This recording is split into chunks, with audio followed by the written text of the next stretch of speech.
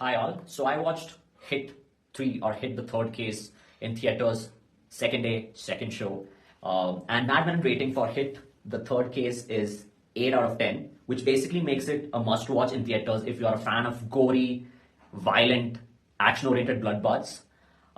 This movie is directed by Sailesh Gulanu, has Nani and Srinidhi Shetty in the lead, also has some leading South Indian actors cameos, which I cannot reveal because it's going to be a spoiler if I say that.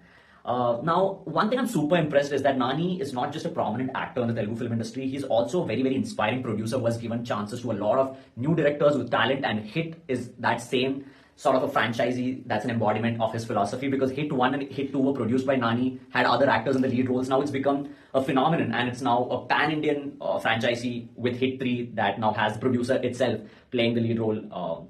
And Hit 3 also ends with showing us who is going to play Hit 4, and that was a very nice sort of like a surprise. Honestly, the first half for me was just plain average because it starts with a series of murders that you would expect in such a movie with a cop who's kind of grey and has angry issues investigating it, sort of a generic plot, right? And then Srinidhi Shetty walks into the movie, and then that's where the movie actually starts going into the cringe territory. Like the love scenes are generic, it's kind of boring. There are songs inserted which kind of takes you, like distracts you from the investigation that's going on. And then the movie ends in the first half, and I was like, okay, this movie is like 7 out of 10. But then the second half kicks in, and oh my god, the second half is a redemption. Like the last 30 minutes, the last 40 minutes of Hit 3 is some of the most beautifully choreographed, aesthetically done, violent action sequences that I've seen in Indian cinema, and I can say even in worlds. And then there's a scene where Nani, kind of uses a sword to kind of cut a guy into two pieces. And Nani's standing in front of the guy. The guy falls behind him, like both sides. And then the blood splatters from his sword on the ceiling like a painting, like a modern art. A lot of people were comparing this movie with Marco.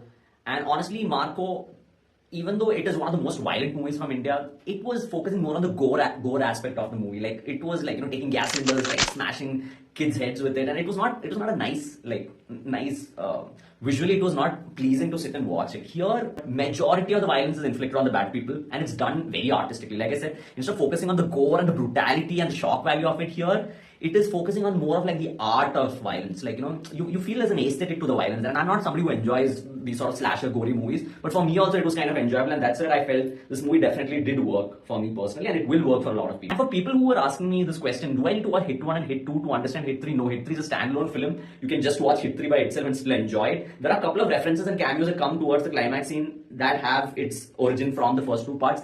That's my review, guys. What is your review? What did you think about the movie? Please let me know in the comment section and the polls below. Thank you so much.